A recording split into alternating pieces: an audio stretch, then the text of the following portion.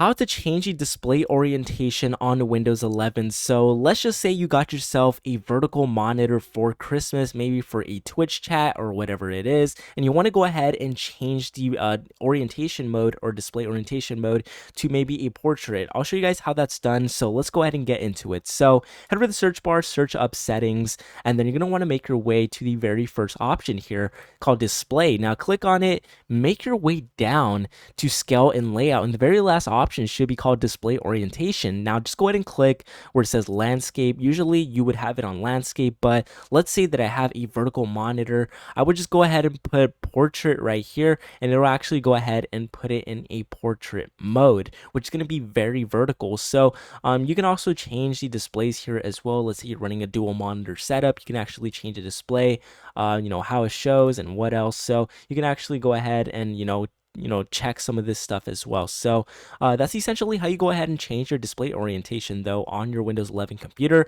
It's very easy, it's super simple. But with that being said, make sure you leave a like, subscribe, and I'll see you guys until next time.